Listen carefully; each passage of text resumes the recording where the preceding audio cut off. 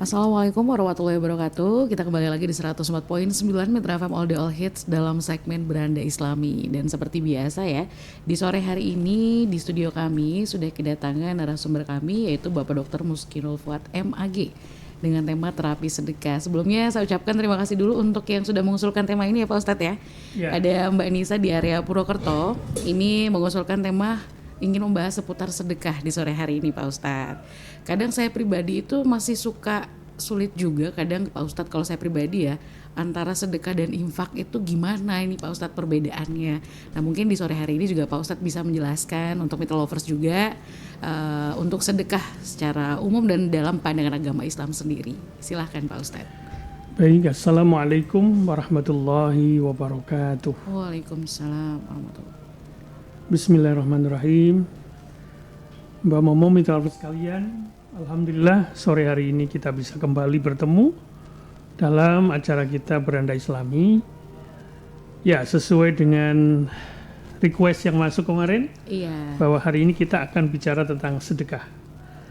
Tentu bukan soal hanya pengertiannya, bukan hanya soal macam-macamnya, tetapi juga lebih kepada efeknya secara psikologis. Baik. Maka kita kasih judul terapi sedekah. Sebelum kita bicara tentang bagaimana secara psikologis apakah sedekah itu mengandung unsur terapi dalam pengertian umum, kita kenali dulu bagaimana sebenarnya secara pengertian dulu. Baik. Karena memang sedekah ini punya dimensi ibadah dalam pengertian pengabdian kita kepada Allah Subhanahu wa taala atau yang disebut dengan ta'abudi. Ada unsur sosialnya karena itu terkait dengan kemasyarakatan. Juga ada unsur moralnya terkait dengan akhlak kita. Sehingga memang sedekah ini adalah salah satu instrumen penting, Mbak, dalam mewujudkan kesejahteraan individu dan masyarakat.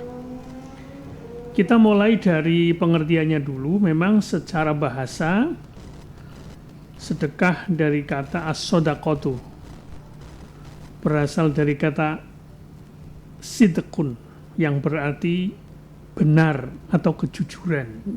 As-sidqu itu artinya kejujuran. Kenapa disebut dengan sedekah? Karena memang aktivitas ini adalah bukti dari kejujuran kita, keimanan kita kepada Allah Subhanahu wa taala. Jadi karena kita ngaku orang beriman, tentu itu adalah sebuah ekspresi dari bukti lah bahasa kita, bukti dari keyakinan kita, keimanan kita kepada Allah. Secara istilah, sedekah itu adalah memberikan harta, tenaga, ilmu, atau bentuk kebaikan lainnya, Mbak. Jadi lebih luas. Mungkin kalau infak itu lebih ke uang biasanya. Jadi sedekah ini lebih umum.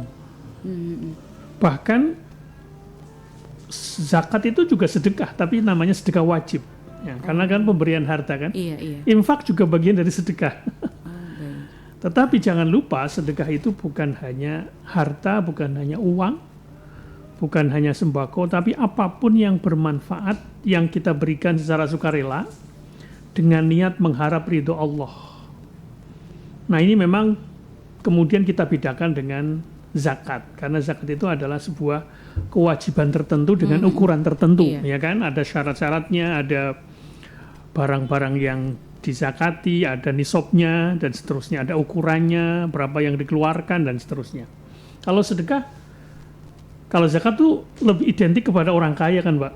Iya. Tapi kalau sedekah siapapun bisa, karena tidak dibatasi bentuknya. Iya. Nah itu kira-kira begitu.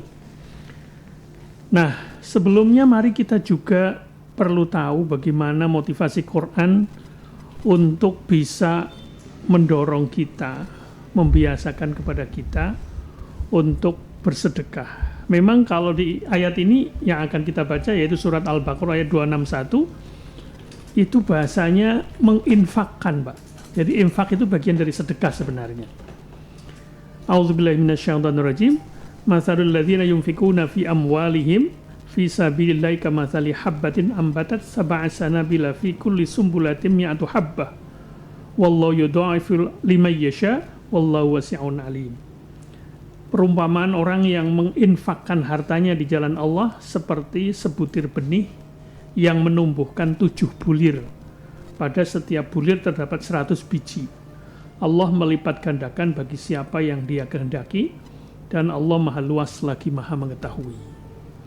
Itulah perumpamaan kalau kita mengeluarkan harta kita, entah itu untuk kepentingan masjid, misalnya untuk kepentingan sarana umum, atau yang sifatnya kemasyarakatan, itu ternyata balasannya luar biasa. Kalau di surat Al-Baqarah ini atau ayat 261 ini, kalau dihitung itu berarti 700 kali lipat. Iya. Nah, gitu. Ini adalah dasar hukum dari sedekah ini. Kemudian ayat berikutnya Al-Baqarah 271. Nanti dari ayat ini Mbak, kita akan bisa memahami kira-kira sedekah itu sebaiknya diumumkan atau kabarkan, diberitahukan, dilaporkan atau disembunyikan. Nah, kalau kita baca di surat 271 nanti akan segera kita tahu. A'udzubillahi minasyaitonirrajim. In tubdus shadaqati fa ni'mahi wa in tukhfuha wa tu'tuhal fuqara fa huwa khairul lakum. Jika kamu menampakkan sedekahmu maka itu baik. Tetapi jika kamu menyembunyikannya dan memberikannya kepada orang-orang fakir, maka itu lebih baik bagimu. Kemudian di surat yang lain, di surat At-Taubah ayat 103, A'udzubillahi minasyaitonirrajim, khudz min amwalihim shadaqatan tutahhiruhum wa tuzakkihim biha. Ambillah zakat dari sebagian harta mereka, dengan zakat itu engkau membersihkan dan menyucikan mereka. Nah, ini memang terminologinya adalah zakat, meskipun disebut kata sedekah. Nah, jadi memang sebenarnya zakat itu bagian dari sedekah kalau kita bicara pengertiannya. Tapi kalau bicara ketentuannya tentu itu adalah sedekah yang wajib karena sudah ditentukan hartanya dan ukurannya dan kepada siapa. Itulah bedanya dengan sedekah dalam pengertian umum.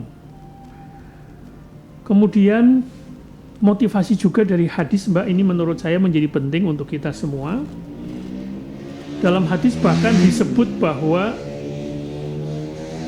setiap persendian manusia wajib disedekahi setiap hari ketika matahari terbit.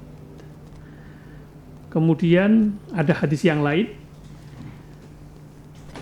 lindungilah diri kalian dari api neraka walaupun hanya dengan separuh butir kurma. Jadi luar biasa, ternyata setengah butir atau 1 butir itu punya manfaat yang luar biasa. Bahkan di sini disebut lindungilah diri kalian dari api neraka walaupun hanya dengan separuh butir kurma. Ini kan luar biasa sebenarnya. Iya. Jadi jangan menyepelekan apa yang kita sedekahkan. Selama itu membantu, entah itu orang yang sedang kelaparan, orang yang sedang kehausan dan seterusnya, itu jangan kemudian kita menyepelekan. Itu adalah sedekah yang luar biasa. Apalagi kalau yang memberikan itu orang yang memang ya tidak terlalu kaya. Baik. Ya. Nah, kemudian kalau kita lihat hukumnya, maka memang sedekah itu secara umum ya ada yang sunnah yang kita sebut sedekah itu tadi, ada yang wajib yang disebut dengan zakat. Nah, oleh karena itu, teman-teman sekalian, apa yang harus kita perhatikan ketika kita melakukan pemberian sesuatu atau melakukan sedekah? Yang jelas itu adalah milik kita. Jadi nggak boleh milik orang atau milik rakyat, milik negara, jangan. Jadi harus milik pribadi, itu yang dikategorikan sebagai sedekah. Kalau objeknya sedekah itu bisa harta atau apapun manfaat yang halal, bukan sesuatu yang dilarang. Sesuatu yang jelas bermanfaat, baik, ya itu boleh kita sedekahkan. Kemudian ketika kita memberi atau bersedekah itu harus disertai dengan rasa rela, tidak karena dipaksa.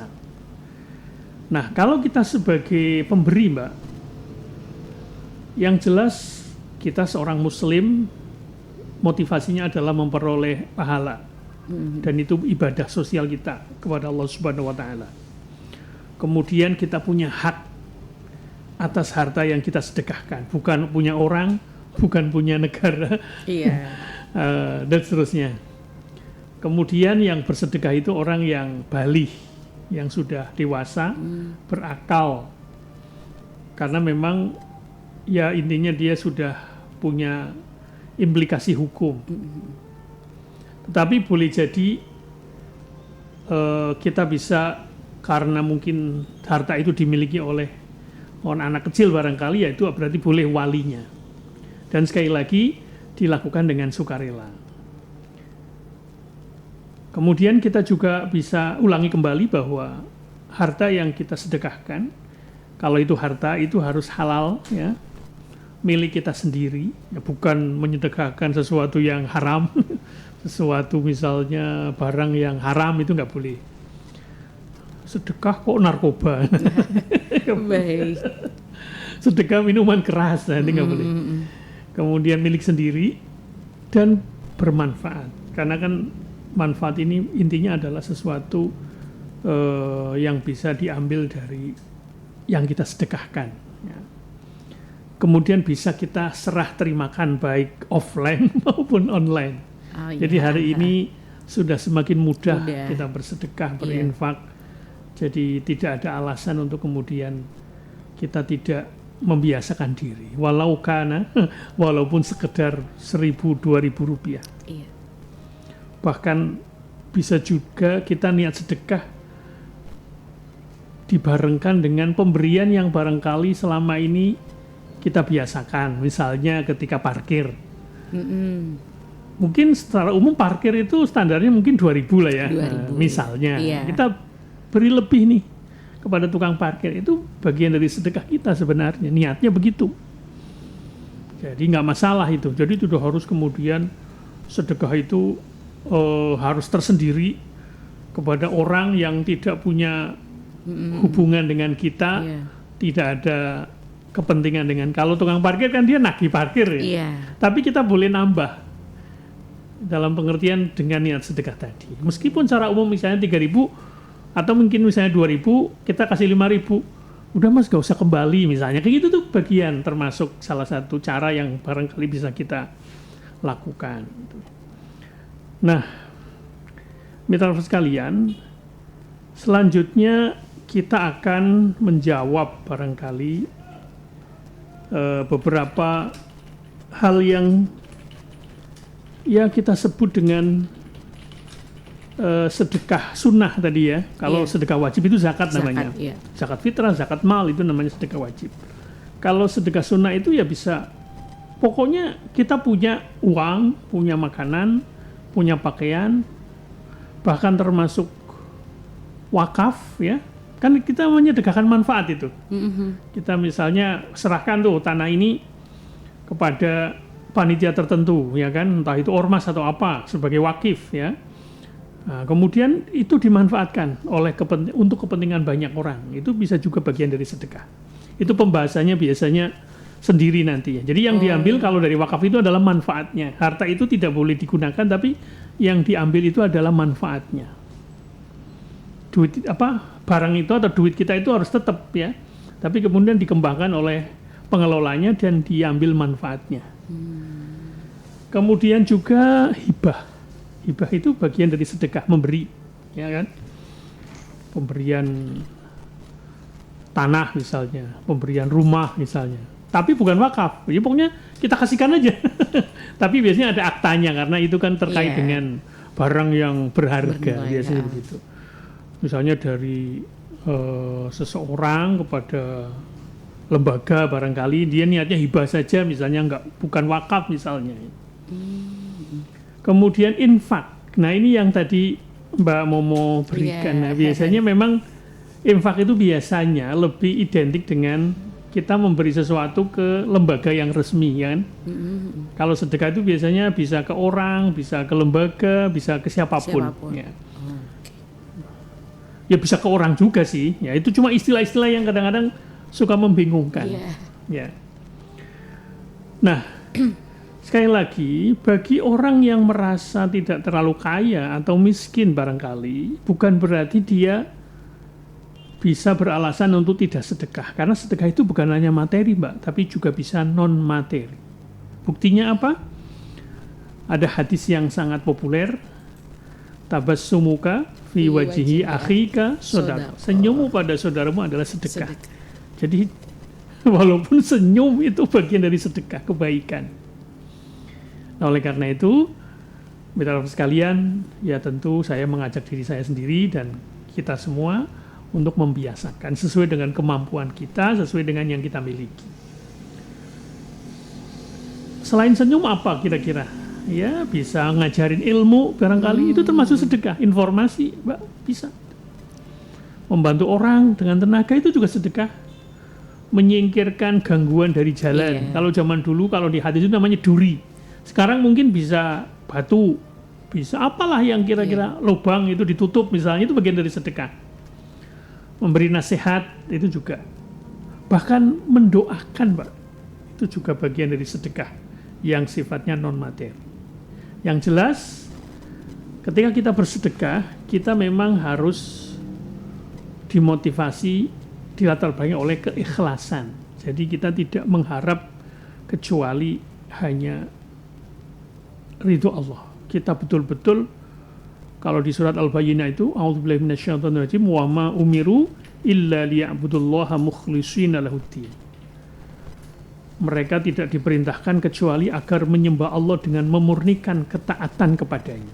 Itulah kira-kira beberapa hal terkait sedekah yang barangkali sebagai introduction, pendahuluan, untuk kemudian kita jadikan ya semacam refreshment kembali, Mbak, pemahaman kita. Nanti kita lanjutkan bagaimana, apakah sedekah itu sebaiknya sembunyi atau terang-terangan. Ya, terang-terangan. Itu yang kadang-kadang membingungkan. Nanti kita akan jawab. Termasuk nanti kita akan bicara tentang bagaimana kajian psikologis terapeutik terhadap sedekah. Sehingga motivasi kita selain yang tadi kita baca dari Al-Quran, dari hadis, nanti kita lengkapi dari kajian ilmiah, psikologi populer, bagaimana sedekah itu punya efek psikologis dan terapeutik. Demikian, Mbak, kita lanjutkan nanti. Nah ini nih ya yang akan nanti dibagikan oleh Pak Ustadz. Jadi Mitra Lovers yang ingin bergabung untuk bertanya silakan di 0813-2615-1049 atau boleh melalui sosial media kami ya, untuk Instagram @mitramediapwt. Baik, Pit Lovers, kita lanjutkan lagi ya seputar terapi sedekah untuk sore hari ini, di mana Pak Ustadz akan menjelaskan lebih lanjut lagi tentang sedekah. Silakan Pak Ustadz. Baik, sebelum kita bicara tentang efek atau manfaat psikologis atau terapeutik dari sedekah, saya ingin menambahkan terkait dengan bagaimana ketika kita menjadi orang yang sedekah, adabnya bagaimana. Selain tadi menjaga keikhlasan, yang berikutnya, jangan suka mengungkit pemberian. Nah ini. Jadi kita beri tapi sambil ngomel, Mbak. Atau mengungkit masa lalu. Kamu dulu kan sudah tak kasih begini ya, kayak gitu. Jadi itu namanya merusak sedekah. Kalau kata Al-Quran itu, la tubtilu shadaqatikum bil manni wal adza. Jadi janganlah kamu merusak sedekahmu dengan menyebut-nyebutnya dan menyakiti perasaan penerima. Nah, jadi kita sedekah itu jangan kayak merendahkan, Mbak, dilempar. Ya kecuali kalau memang, ya kalau itu sudah apa bahasa kita ya, mungkin kalau di jalan beda ya. Kan jalan kan memang harus cepet ya, nggak boleh kelamaan ya. Beda. Tapi kalau secara umum ya sebaiknya kita tetap memuliakan orang yang kita beri. Jangan kemudian mereka jadi terhina dengan pemberian kita. Misalnya ini saya juga sering menyaksikan beberapa kejadian yang biasanya menjelang Idul Fitri biasanya. Ada orang kaya kan mau bagi-bagi duit, dia menyebar kupon. Wah, terjadi apa? Antrian yang luar biasa. Padahal sembako cuma paling berapa kilo, uang berapa, tapi kemudian terjadi bahkan ada yang meninggal. Ya kan? Sering itu. Toko-toko publik ya, bahkan pejabat ada yang begitu tuh. Ya itu namanya kurang bisa memuliakan para penerima sedekah kita. Apa susahnya kalau kita kemudian, ya bukan memang susah ya kalau mau ngasih ya sekalian berkorban. Mungkin akan lebih bagus jika kita langsung antar ke rumahnya. Jadi tidak kemudian mereka disuruh berbondong-bondong rumah kita gitu ya, apalagi yang jauh kan kasihan. Jadi sebaiknya kita menjaga perasaan mereka. Ya, tentu boleh sih, tapi kalaupun mereka datang ke kita ya jangan sampai kemudian malah bahasa kita ya boncos. Iya Pak Ustadz. Mungkin dia harus naik ojek lah, nah kayak kira-kira gitulah ya. Kemudian yang berikut lagi, jangan lupa kita harus mendahulukan keluarga yang membutuhkan. Jadi itu yang tadi Mbak mau bilang nafkah ya, nafkah kepada keluarga yang menjadi tanggungan itu juga bernilai sedekah Mbak, jika kita niatkan karena Allah. Jadi itu. Jadi kalau misalnya ada tetangga sama-sama nggak mampu, yang satu saudara, yang satu bukan, nah kita utamakan yang saudara. Begitu. Itu bagian sedekah kita. Apalagi tetangga, saudara, satu agama. Kira-kira begitu. Ya. Tentu kita boleh memberikan kepada yang non muslim misalnya, ya nggak masalah. Apalagi mereka membutuhkan. Tapi kalau dihadapkan pada pilihan, sama-sama miskin, yang satu dekat, yang satu jauh, kita pilih yang dekat. Yang satu ada hubungan sanak famili, yang satu tidak. Kita utamakan yang punya hubungan dengan kita. Hubungan itu bisa ke samping misalnya ya. Itu anaknya dari kakaknya mbah saya. Kayak gitu bisa juga. Itu kan ada kerabat ke samping, kerabat jauh. Itu juga perlu diperhatikan. Kemudian kita berikan yang terbaik kalau bisa. Jadi tentu ini akhlak termasuknya ya. Jadi jangan memberi sesuatu yang tidak ada harganya. Memberi sayur yang sudah mau basi. Baik. Tapi bukan berarti kita nggak boleh memberi semacam baju yang layak pakai, ya kan? Itu harus yang baru. Yang penting dia membutuhkan dan kelihatannya tidak tersinggung dengan pemberian kita. Kalau kita ragu-ragu, kita misalnya pernah nih mau, ini saya punya tas banyak ini, kayaknya nggak dipakai ini. Tapi kira-kira tetangga saya mau nggak ya? Nah kita tanya dulu. Ini saya mau opnam. Stok opnam, mau beli yang baru. Misalnya baju yang numpuk. Kita tawarkan dulu, kira-kira mau nggak?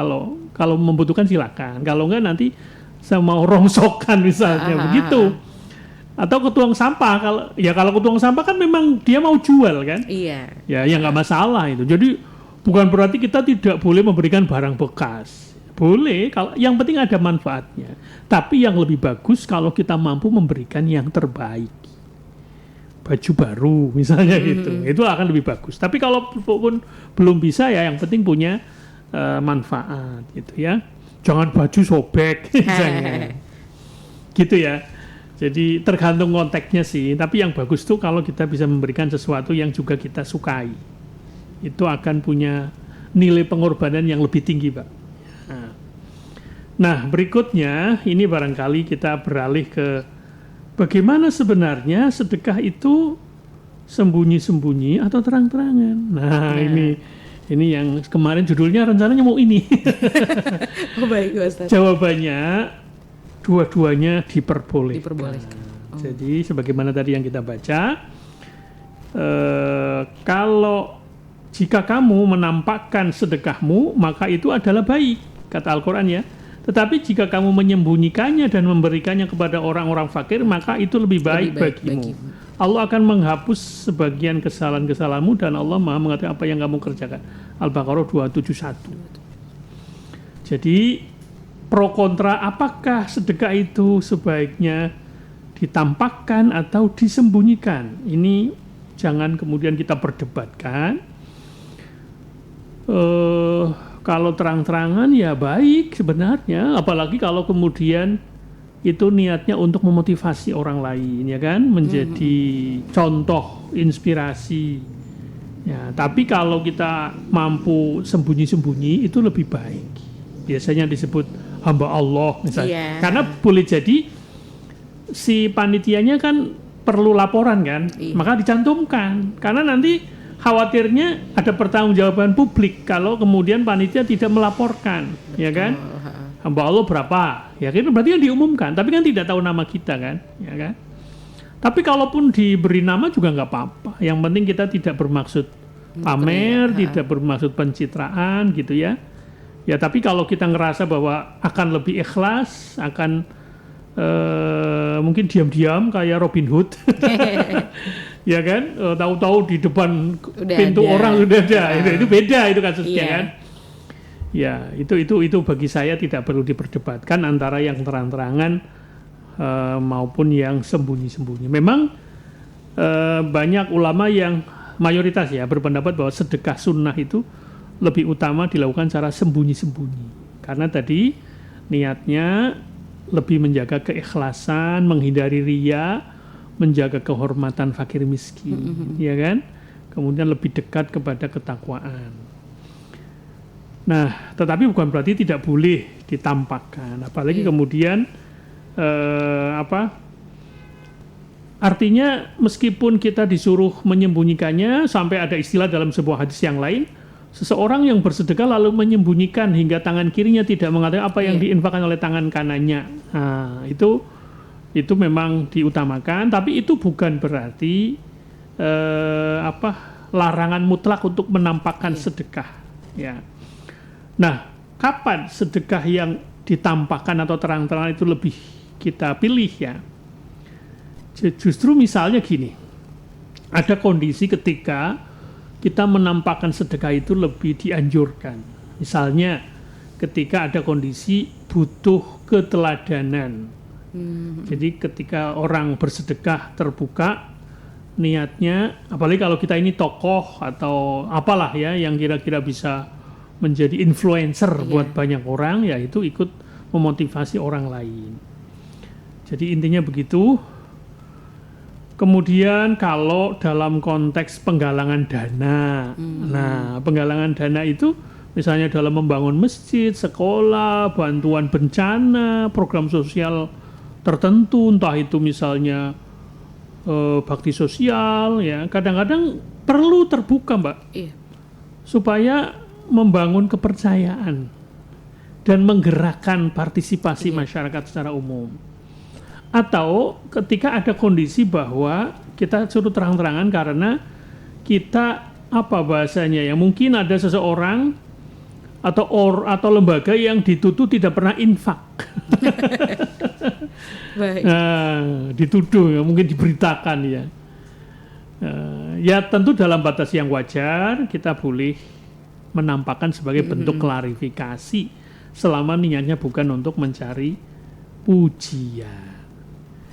Kemudian kita beralih ke Mbak, bagaimana manfaat secara psikologis sedekah itu sebenarnya. Nah, saya ingin melengkapi kajian kita sore ini bahwa sebenarnya bicara tentang sedekah itu bukan hanya soal macam-macamnya, soal barangnya, soal hukumnya, soal adabnya dan seterusnya.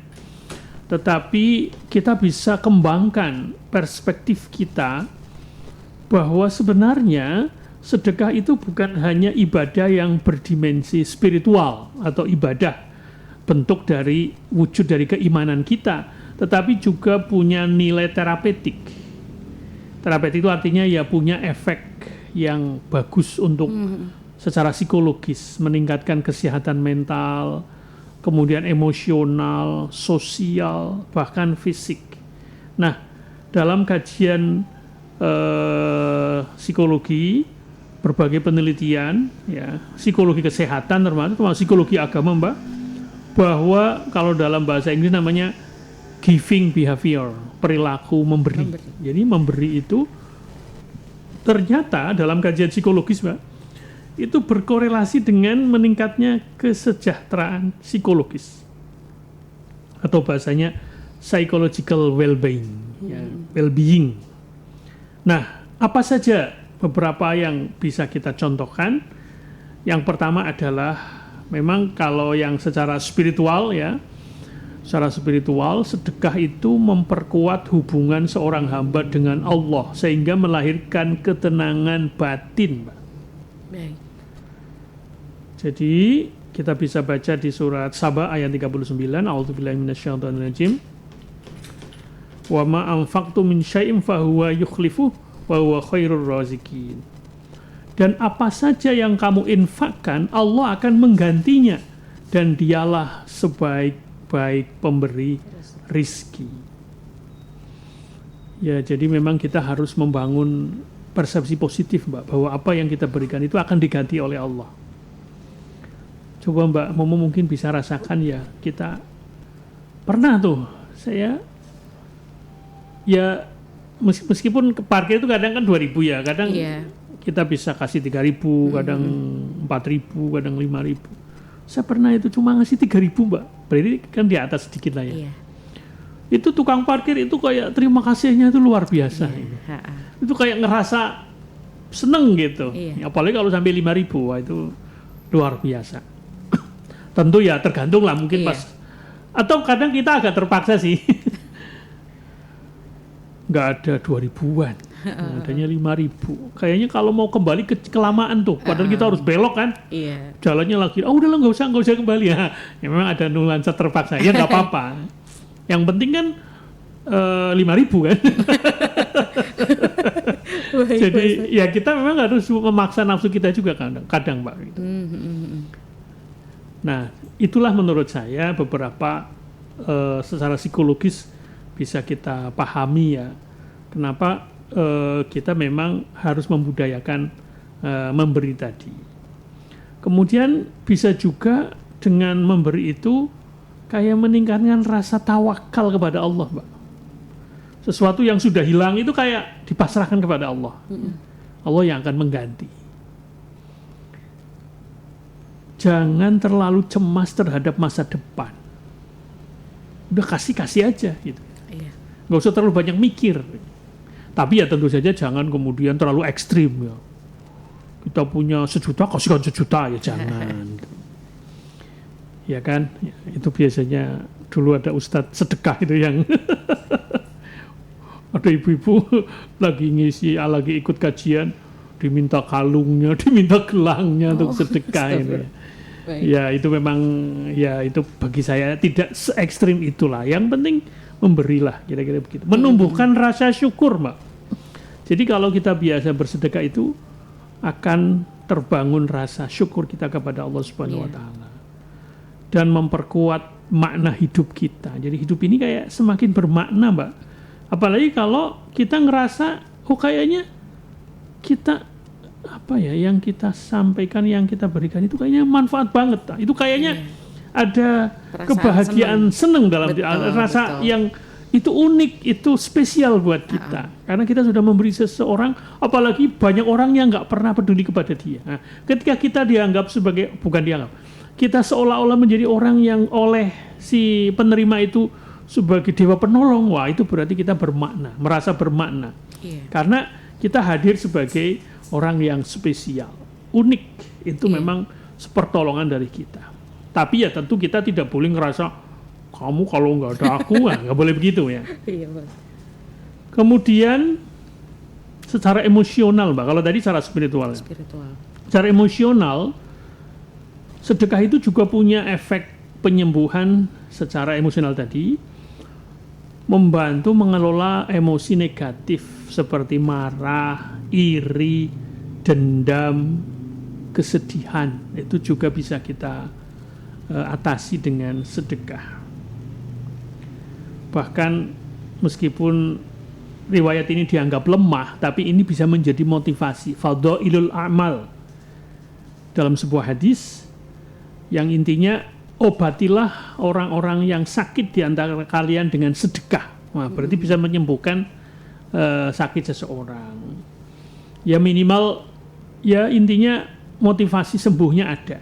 Kalaupun kemudian tidak sembuh ya bukan berarti itu sedekahnya tidak punya manfaat. Iya, tentu kata sembuh di sini relatif ya, tidak harus segera sembuh, tidak. Tapi ada salah satu ikhtiar, selain kita berobat, selain kita berdoa, kita boleh kayak semacam bertawasul dengan amal kita, yaitu sedekah, Mbak, supaya kita minta disembuhkan kepada Allah. Itulah salah satu hal yang bisa kita gunakan. Demikian, Mbak, nanti lanjutkan. Baik, nanti akan kita lanjutkan lagi Meet Lovers ya. Jangan kemana-mana, tetap stay tune dalam segmen Beranda Islami. Baik, Meet Lovers, kita lanjutkan lagi untuk Beranda Islami. Kita sapa dulu untuk yang sudah masuk bertanya nih Pak Ustadz ya. Ya, silakan Mbak. Yang pertama dari WhatsApp online kami, ini no name Pak Ustadz. Ya. Pak Ustadz mau tanya, saya ini hanya orang kecil dan untuk makan sehari-hari aja susah. Tapi saya pengen banget sedekah. Penghasilan saya kecil jadi sedekah nggak bisa rutin. Apakah tidak apa-apa Pak Ustadz kalau nilai sedekah saya kecil dan juga tidak sering? Terima kasih. Ya, kepada yang tanpa nama, hamba Allah. Jadi kan tadi sedekah itu tidak harus banyak, tidak harus uang, ya kan? Apapun yang kita miliki, bisa tenaga, bisa apa Mbak, barang. Ya kan?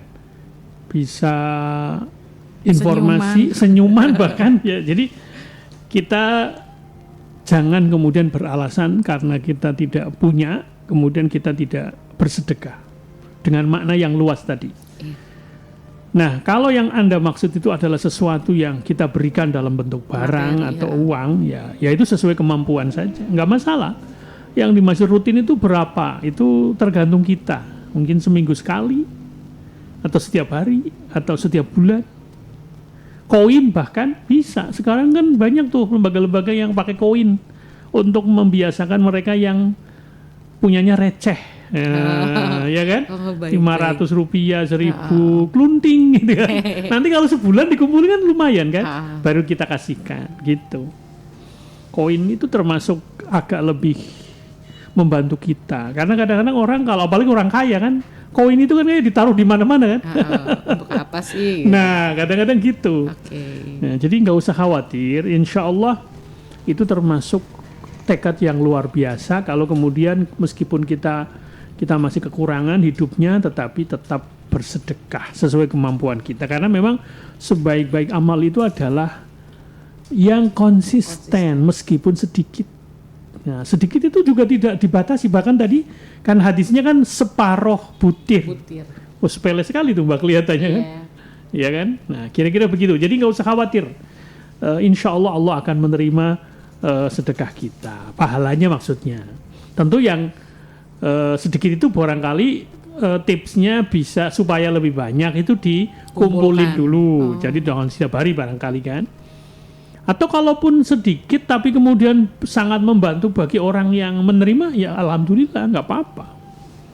Jadi tergantung, itu hanya teknis saja, mau dikumpulin dulu, ditabung dulu misalnya di dalam bentuk kaleng misalnya, atau langsung kita kasihkan. Selama memang yang kita beri itu memang butuh segitu. Ya kayak, mohon maaf ya misalnya pengemis itu kan kadang-kadang dikasih 1000, 2000 udah seneng kan? Iya. Ya nggak masalah gitu. Begitu Mbak jawaban saya. Baik, terima kasih untuk yang sudah bergabung di WhatsApp. Dan ini ada yang di Instagram Pak Ustadz, ada Mbak Lula. Assalamualaikum Pak Ustadz. Waalaikumsalam warahmatullahi wabarakatuh. Apakah sedekah dengan uang, tanda kutip uang panas, lantas membersihkan dari mana dia mendapatkan uang itu? Dan apakah sedekah tadi punya nilai di sisi Allah? Pertanyaannya uang panas itu apa? Jadi kayak uang yang mungkin gak jelas itu. Kayak uang yang kalau yang dimaksud gitu kali Pak Ustadz ya. Kalau yang dimaksud misalnya uang haram ya, hasil mencuri, korupsi, penipuan, riba, ya intinya semuanya diterima dengan tidak halal atau tidak sah, atau perjudian. Maka uang itu tidak menjadi halal karena kemudian disedekahkan. Ya. Jadi kalau itu korupsi, bukan kita sedekahkan, tapi kita kembalikan uang tersebut kepada pemiliknya. Kalau itu negara, ya negara. Mencuri ya kembalikan, nggak boleh kemudian kita niat mencari pahala memberikan ke orang sebagai sedekah, nggak bisa begitu. Kalau yang dimaksud uang panas itu uang haram tadi. Kalau kemudian kita menemukan uang, sudah diumumkan, nggak ada yang ngaku kan? Atau pernah Mbak, saya itu waktu itu naik angkot, terus lupa nggak bayar. Supirnya juga bablas terus. Kan saya ngutang tuh. Kan nggak mungkin nyari susah. Waktu itu belum ada HP lagi. Iya. Dan nggak tahu nomor plat nomornya, nggak tahu. Angkot yang mana gitu. Waduh, daripada repot ya sudah saya sedekah atas nama dia. Jadi niatnya bukan kita mencari pahala sedekah, bukan, tapi untuk melepaskan diri kita dari rasa hutang kita itu. Jadi itu maksudnya. Jadi kita salurkan untuk kepentingan umum atau kepada fakir miskin, tapi bukan niat memperoleh sedekah, memperoleh pahala tadi, tapi sebagai bentuk melepaskan harta yang bukan milik kita, gitu loh. Ya kalau sesuatu yang masih diragukan kehalalannya ya bisa sih, tapi niatnya ya untuk supaya kita terlepas dari makan uang itu, bukan niat dapatkan pahala dari pemberian kita. Intinya begitu, beda ya. Jadi sedekah itu dari harta yang jelas-jelas itu milik kita dan halal. Tetapi sebenarnya gini Mbak, ada perspektif yang menurut saya penting untuk kita tanamkan ya. Jadi kadang-kadang kenapa kita disuruh memberikan sebagian dari harta kita yang kita peroleh, entah itu dalam bentuk zakat atau dalam bentuk infak atau apapun lah ya, termasuk gaji yang itu halal ya, tetapi persalahannya kadang-kadang bukan hanya gaji, mungkin barangkali kita bisnis di jualan. Iya. Pertanyaannya, apakah kita tidak pernah merugikan orang lain yang kita nggak sadar? Contoh misalnya ya, kita jadi supir ojol misalnya. Pernah nggak di jalan kita kemudian clash dengan pengguna jalan orang lain, ya kan? Nah, maksudnya kadang-kadang dalam rezeki yang kita dapat tuh kadang-kadang ada orang lain yang mungkin pernah tersakiti oleh kita. Paham maksudnya? Jadi kadang-kadang dalam apa yang kita dapat itu tidak bisa kemudian murni 100% itu dalam pengertian tidak ada masalah. Nanti kadang-kadang ada masalah. Iya. Nah, untuk membersihkan penghasilan kita itulah salah satunya dengan memberi. Meskipun kita nggak tahu pasti mana yang barangkali perlu kita sucikan, ya kan? Mungkin ada orang yang ngiri ke kita, dia merasa dirinya kok kayaknya dia enak banget ya. Wah, dia mungkin agak benci sama kita. Kadang-kadang kayak gitu kan? Iya kan? Iya, apalagi kita makan di depan orang lain misalnya kayak gitu ya. Nah, kira-kira seperti itu. Jadi niatnya ya untuk supaya lebih berkah lah apa yang kita dapat. Meskipun uang itu halal, uang kita memang, tapi kan dari di antara yang yang kita miliki itu ada hak orang lain. Hak orang lain itu ya mereka-mereka yang membutuhkan. Maka memang harus rutin itu Mbak. Bisa tiap bulan, bisa tiap minggu, bisa tiap tahun itu ya. Nah, kira-kira begitu ya. Tentu bukan minimalis. Kalau zakat itu minimalis Mbak, karena sudah ada ketentuannya. Jadi kita misalnya punya penghasilan yang dalam 1 tahun itu bernilai setara dengan harga 85 gram emas ya, dan sudah 1 tahun ya kita ngasihkan 2,5%-nya kan. Nah, itu minimalis namanya. Tapi di luar zakat yang minimal itu kita kan bisa nambah. Nah, nambah ini yang sunnah, yang sunnah itu dalam pengertian ya untuk tadi ya pokoknya terbersit, kayaknya dia butuh, saya kasihkan. Meskipun tidak semuanya, dia butuhnya 1 juta, tapi saya cuma ngasih 50.000, ya nggak apa-apa. Gitu. Intinya sudah menutup hajat orang lain. Nah, jadi kebutuhan dia bisa sedikit terpenuhi oleh apa yang kita bagikan. Jadi begitu. Tapi kalau panas yang dimaksud itu bahasanya adalah misalnya apa? Ya mungkin bahasa kita kayaknya membawa sial, ya itu nggak ada, itu dasar begitu tuh. Tapi intinya sih semua yang kita dapat itu sebaiknya diambil sebagian. Apalagi kalau yang dapat itu sesuatu yang kayaknya spesial buat kita, Mbak. Dapat bonus misalnya, ya itu juga kita perlu pikirkan itu sebagian dari apa yang kita dapat itu untuk orang lain. Itulah menurut saya yang terbaik itu seperti itu, Pak. Udah mau habis waktunya ya? Iya, Pak Ustadz. Baik, kita tambahkan sedikit sebagai penutup barangkali. Tadi ada beberapa aspek yang bisa kita jelaskan untuk terkait dengan sedekah ini. Yang berikutnya adalah kita bisa lihat dari aspek kognitif. Jadi sedekah itu perlu kita barengi dengan penumbuhan cara berpikir, Mbak, supaya lebih gampang ya, lebih mudah gitu ya. Jangan sampai kita punya pola pikir bahwa kalau memberi itu kita akan miskin. Nah, jangan.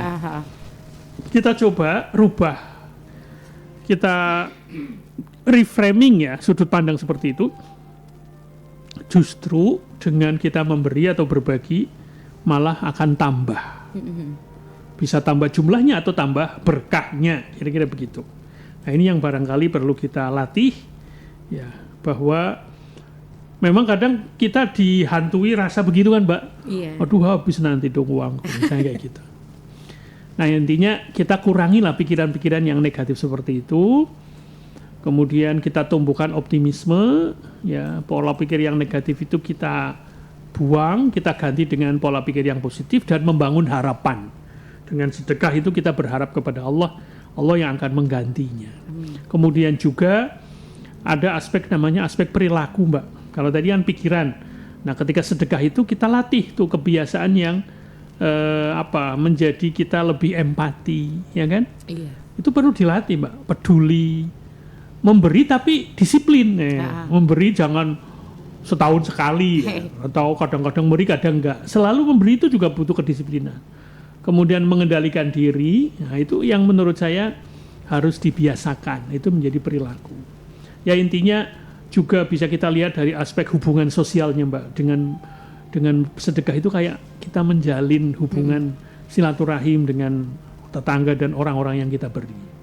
Demikian barangkali tambahan dari saya, semoga apa yang kita sampaikan dengan sedekah ini ternyata manfaatnya luar biasa. Baik dari segi psikologisnya tadi, emosi, pikiran, tindakan, ya, spiritual, itu memang bisa kita jadikan sebagai semacam terapi buat diri kita. Supaya hidup kita itu semakin bermakna, tujuan hidup kita jelas, meningkatkan kebahagiaan pada diri kita, ya termasuk identitas diri kita itu menjadi positif, kita menjadi orang yang rajin memberi. Kita dijuluki sebagai pemberi, bukan penerima. Demikian, semoga bermanfaat. Wassalamualaikum warahmatullahi wabarakatuh. Waalaikumsalam warahmatullahi.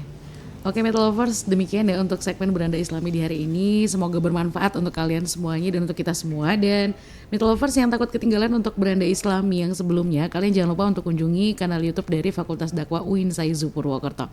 Tetap bersama kami di Radio Mitra FM Purwokerto.